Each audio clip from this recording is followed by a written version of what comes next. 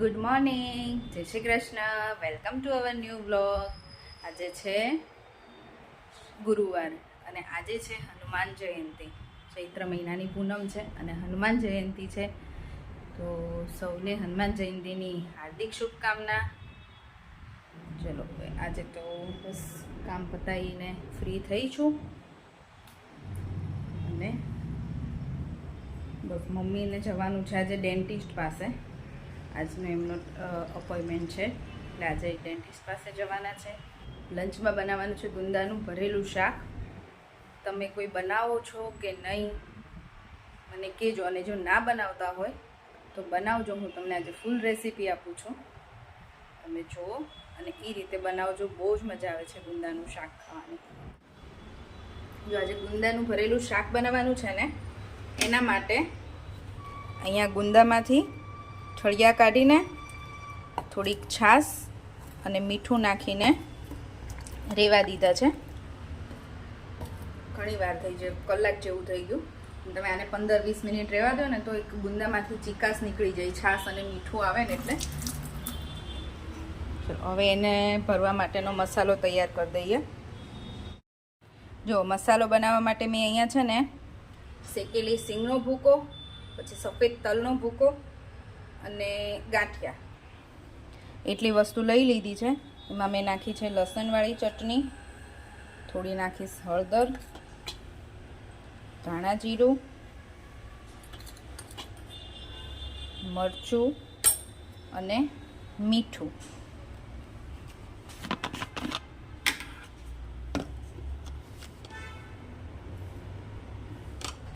મને ગરમ મસાલો ઓછો પસંદ છે. ગરમ મસાલાથી આખું ટેસ્ટ જ ચેન્જ થઈ જાય. ક્યારેક કંઈક કોઈ મહેમાન હોય કે પછી કોઈ એવી વસ્તુ બનાવતી હોય ને તો જ હું ગરમ મસાલો વધારે યુઝ કરું. આવા બધા શાકમાં તો આ મસાલાની અંદર નહીં નાખું. ચલો હવે આને બરાબર મિક્સ કરી દઈએ. ચલો હવે છે ને આ મસાલો બરાબર મિક્સ કરી દીધો છે અને ગુંદામાં ભરી દઉં છું. પછી તમે આમાં કાચી કેરી પણ એડ કરી શકો છો, પણ મેં આને છાશ અને મીઠામાં પલાળ્યા હતા ને એટલે આમાં ચીકાશ નહીં રહે. જો તમે છાશ અને મીઠામાં ના પલાળો અને ડાયરેક્ટ તમારે બનાવવા હોય તો તમારે એક કાચી કેરી થોડી છીણીને આ મસાલામાં એડ કરી દેવાની, એનાથી ચીકાશ જતી રહે.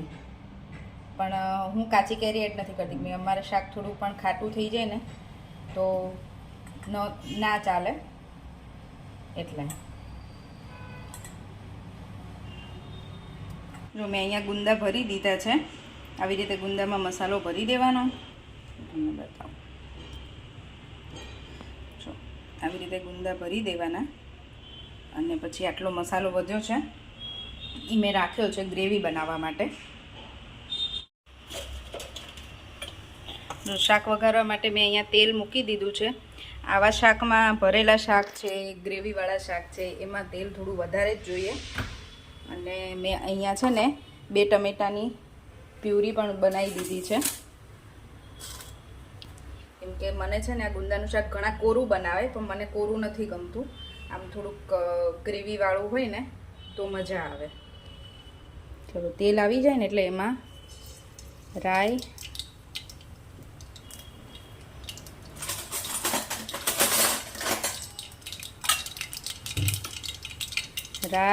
જીરું અને હિંગ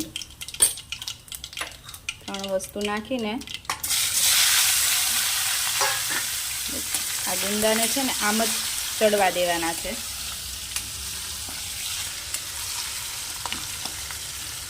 હવે આને છે ને ધીમો ગેસ કરી,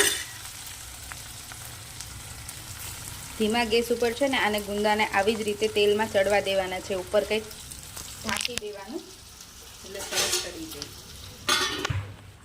ચલો ઢાંકીને ચડવા દેવાનું છે એના. આને પછી છે ને વચ્ચે વચ્ચે 1-2 વખત હલાવતું રહેવાનું.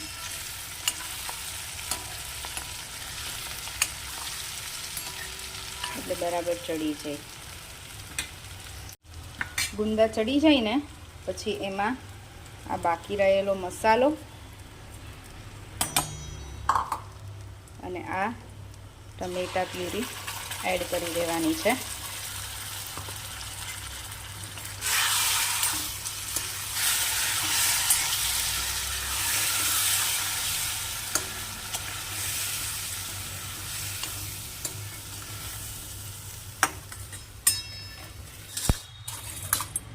બસ પછી એને ધીમા ગેસે પાછું ચડવા દેવાનું છે. અને હવે આ મસાલો અને ટમેટાની પ્યુરી નાખ્યા પછી એમાં થોડુંક પાણી એડ કરવાનું છે.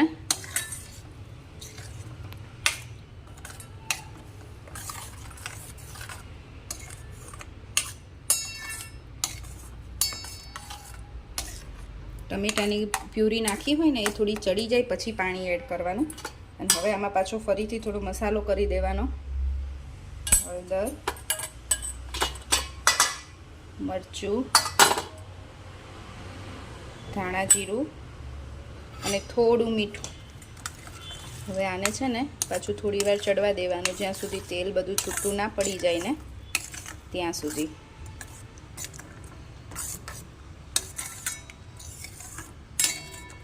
મને આમાં હજી થોડું પાણીની જરૂર લાગે છે એટલે હું આમાં હજી થોડું પાણી એડ કરીશ. બસ હવે આમાં થોડું તેલ છૂટું પડે ને ત્યાં સુધી આને હું ચડવા દઈશ. જો આમાં તેલ છૂટું પડી ગયું છે, મારું શાક રેડી છે. અને મેં આમાં છેલ્લે છે ને થોડો ગોળ એડ કર્યો છે, કેમ કે અમારે થોડુંક શાક તીખું ને ગળ્યું ને એવું જોઈએ. બધા શાકમાં અમારે સ્વીટ હોય જ. ગોળ કે ખાંડ તો ઓછી વાપરે, અમે ગોળ જ નાખીએ છીએ. એટલે મેં આમાં છે ને છેલ્લે થોડો ગોળ નાખ્યો છે. એ તમને જો તમે સ્વીટ ઘરમાં ખાતા હોય તો નાખી શકો છો, બાકી આને એમનામ પણ ખાઈ શકો છો. અને તમારી પાસે ટમેટાની પ્યુરીની જગ્યાએ તમે આમાં દહીં પણ વાપરી શકો છો. પણ દહીં નાખીએ ને એટલે થોડો કલર ઓછો થઈ જાય ને ટેસ્ટ થોડો દબાઈ જાય. એટલે હું આમાં ટમેટા નાખું છું. અને જો બધું મસ્ત બધું તેલ ઉપર આવી ગયું છે એટલે આપણું શાક તૈયાર થઈ ગયું છે. તો અમારું શાક ગુંદાનું મસ્ત રેડી છે. ટેસ્ટમાં પણ મસ્ત બન્યું છે. હવે મમ્મી અને પપ્પા ખાઈ પછી ખબર પડે. કેવું કોઈ દિવસ ખાતા નથી. એ ગુંદાનો સંભારો ભાવે, ગુંદાનું અથાણું ભાવે કેયુંને, પણ શાક એ કોઈ દિવસ ટેસ્ટ નથી કરતા. હું એમને ઘણીવાર કહું છું તમે એકવાર ટેસ્ટ કરો, મજા આવશે. આજે તો એમને પણ ટેસ્ટ કરાવવું છે. અને છોકરાઓ આવી વસ્તુ ઓછી ખાય એટલે હવે જોઈએ છે છોકરાઓ માટે કશું બનાવી દઈશ. બાકી આ શાક બહુ મસ્ત લાગે. જો તમે ના બનાવતા હોય તો આ રેસીપી પ્રમાણે બનાવજો અને પછી મને કોમેન્ટ કરજો કે કેવું બને છે. અને અમારા શાકની રેસીપી તમને કેવી લાગી એ પણ કમેન્ટ કરજો. ચલો અમારું લંચ રેડી છે. શાક, સલાડ, રોટલી અને છાશ બધું રેડી કરીને રાખ્યું છે. હજી કોઈ આવ્યું નથી. નથી છોકરાઓ આવ્યા સ્કૂલેથી, નથી મમ્મી આવ્યા. ચલો હવે આવે એટલે અમે બધા સાથે લંચ કરવા બેસી જઈએ. લોકોને ગુંદાનું શાક નથી ખાવાનું તો શું ખાવાનું? શું છે? ખબર નહીં. ખાવાની જ ખબર પડે. શું બનાવ્યું નહીં ખબર પડતી. જો છોકરાઓ માટે છે ને બેટર પડ્યું હતું ઇડલીનું, એટલે ઉત્તપા બનાવી દઉં છું. કે બેમાંથી એકઈ નહીં, શાક નથી ખાવું. અને સવારે બ્રંચમાં આપ્યા હતા ને એટલે થોડું બેટર હતું જ. ચલો. કૃષ્ણ મમ્મી. જય શ્રી કૃષ્ણ. શું કરાયું દાઢમાં? દાઢ સાફ કરીને દાઢ માપ દીધું નાખી માપ એક દાઢ નાખી અને એક સાફ કરી પછી બોલાવશે નાખવાની છે. ચલો હવે જમી લઈશું આપણે. હા હવે જમી લઈશું. પપ્પાએ જમી લીધું છે, મમ્મી બાકી છે. હવે આપણે બેસી જઈશું. હું ને મમ્મી બેસી ગયા છીએ જમવા.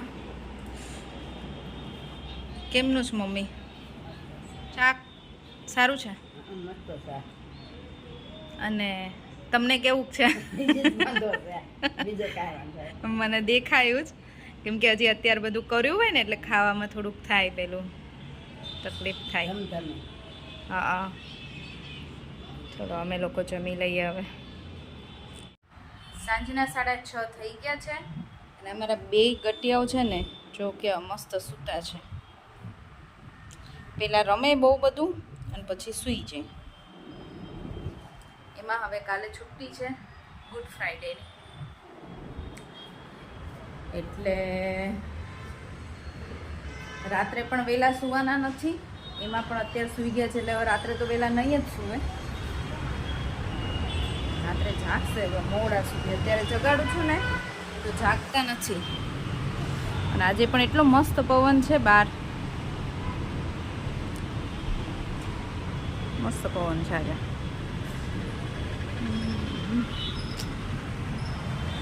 ચાલો બંનેને પરાણે જગાડવા તો પડશે જ. ડિનરમાં બને છે તુરિયાનું શાક.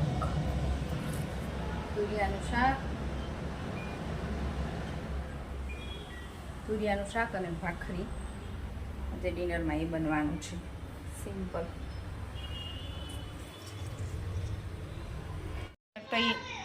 અમારું ડિનર તૈયાર છે. ભાખરી બની ગઈ છે, મસ્ત શાક બની ગયું છે તુરિયાનું. ચોળીને ખાવું હોય ને એટલે થોડું રસાવાળું કરવું હોય એટલે આમાં તો પાણી કેવું લાગે છે. આમાં તેલ થોડુંક વધારે જોઈએ. એમ અમારે બધા શાકમાં તેલ વધારે જ જોઈએ. તેલ ઓછું હોય ને તો આ બધાને જોવાથી ના ગમે ને તો પછી જમવામાં એમ કે નથી બરાબર એવું છે. દેખાવ સારો જોઈએ, ટેસ્ટ તો સારો જોઈએ જ પણ દેખાવમાં પણ સારું જોઈએ એવું છે અમારે. તો આજે હનુમાન જયંતિ છે ને એટલે કેયુર રાહીને શ્લોકને લઈ ગયા છે મંદિરે દર્શન કરવા. મમ્મી પણ અમારે અહીંયા ફ્લેટમાં છે ને સોનલબેનને ત્યાં આરતી છે અત્યારે હનુમાન દાદાની, એટલે એ પણ ત્યાં ગયા છે. કોઈ નથી કરે, મેં એકલી છું. કામ પતાયું, ફ્રી થઈ અને જો આજ તો પથારી કરી દીધી. એ ખબર છે આજે છોકરા મોડા સુધી સૂતા છે ને તો મોડા સુધી જાગવાના છે ને રમવાના છે. એટલે બધા નીચે જઈશું રમવા, બેસીશું. પથારી કરી દીધી પછી મોડા આવીએ ને તો સીધું ફ્રેશ થઈને સૂઈ જવાનું છે. રાહી તો કરી દીધા દર્શન.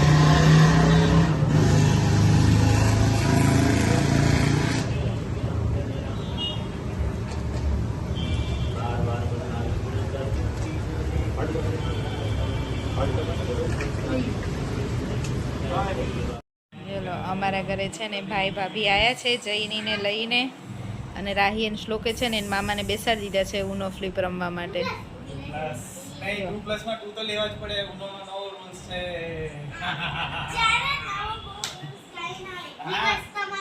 ના આની ઉપર રિવર્સ ના ચાલે. બધું ચાલે. ના ચાલે. કલર બોલો. તારે +2 લેવા જ પડે. પણ કોઈ પણ બે લઈ લે ને. હા જઈની